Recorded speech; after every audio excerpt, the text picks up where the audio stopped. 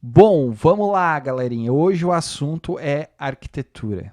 E por que que nós vamos falar sobre arquitetura hexagonal em específico?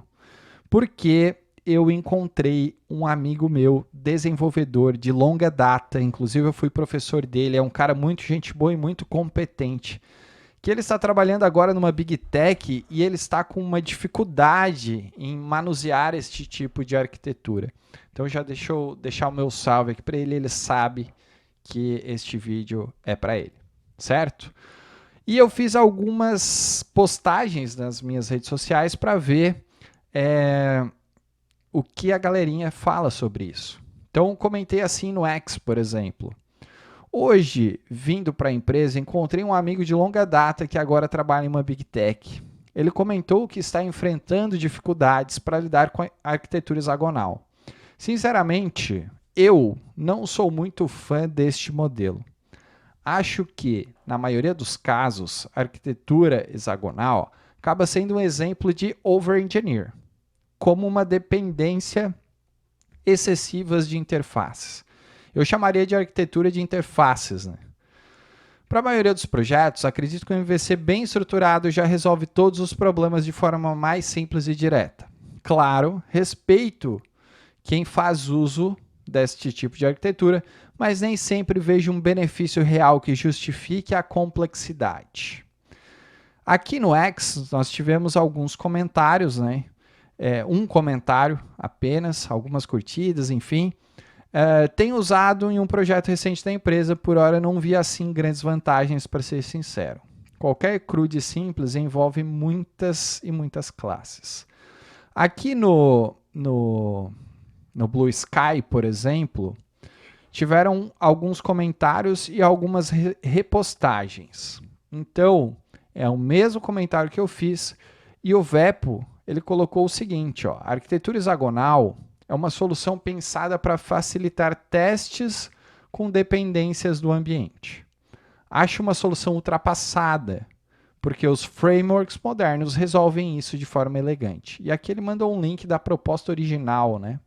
Que seria bem interessante. Eu vou colocar aqui nos comentários. E nós temos o Luiz, que ele botou hexagonal, não é uva passas para tacar em tudo no final de ano. E ele colocou um pudinzinho aqui, certo? É um assunto que eu quis trazer aqui porque ele é um assunto bem debatido e é uma arquitetura muito utilizada, tá? E para a gente falar um pouquinho de termos mais técnicos e chegar aonde eu quero chegar com isso, eu gostaria de comentar sobre a arquitetura. Se você não sabe o que é uma arquitetura hexagonal, ela é um padrão que facilita a criação de uma aplicação que vai interagir de forma eficiente com os sistemas externos. Então, que tipo de sistema externo? Pode ser um banco de dados, pode ser uma API, pode ser um mobile application, pode ser um batch script, pode ser um arquivo que for, tá? Então, é um padrão que trabalha em cima disso.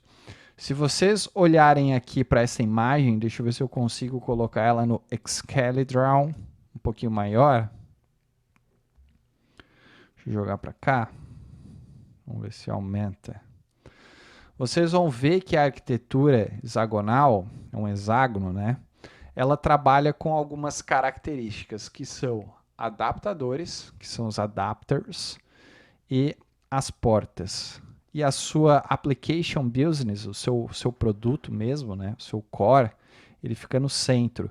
E você vai dar permissão de acesso a ele através das portas, e os adaptadores, eles vão fazer o meio termo aqui para se comunicar com os sistemas externos, um database, um file, uma web page, um mobile application e um batch script. Por que eu considero chato trabalhar com essa arquitetura? Primeiro, porque eu acho que ela é muito verbosa e ela trabalha muito com, falando Java, né? e ela trabalha muito com conceitos de implementação de interface para tudo. Então, uma arquitetura de interface, como eu comentei. Se a gente for analisar a parte de criação de pacotes, por exemplo, eu posso trabalhar com Package by Filter, Package by Layer. Se eu quero trabalhar com microserviço, eu estruturo de uma forma. Se eu quero trabalhar com monolith ou apenas uma API REST, eu estruturo de outra forma.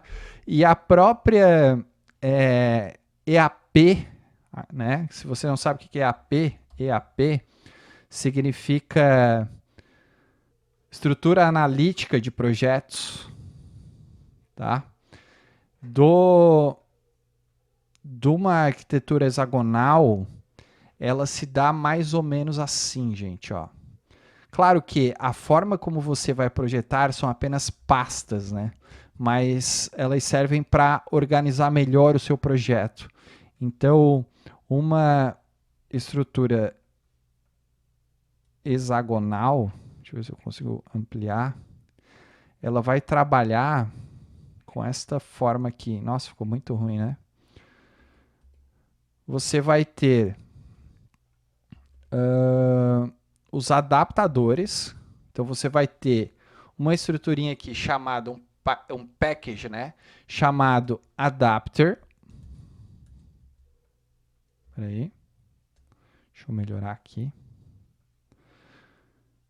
Você vai ter os adapters que vão ter características de inbound e outbound.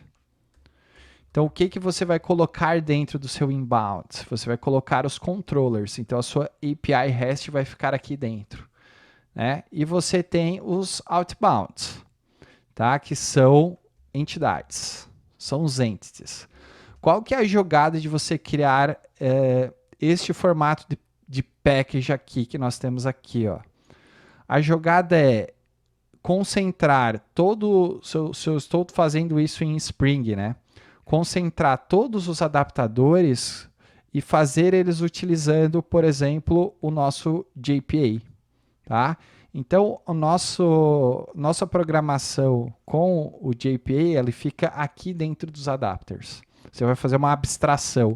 Porque caso você altere a forma de fazer, você simplesmente vai substituir aqui os seus JPA, né? Então, por uma outra coisa, por exemplo. Tá? Então, é aqui que vai ficar toda a sua implementação com o JPA.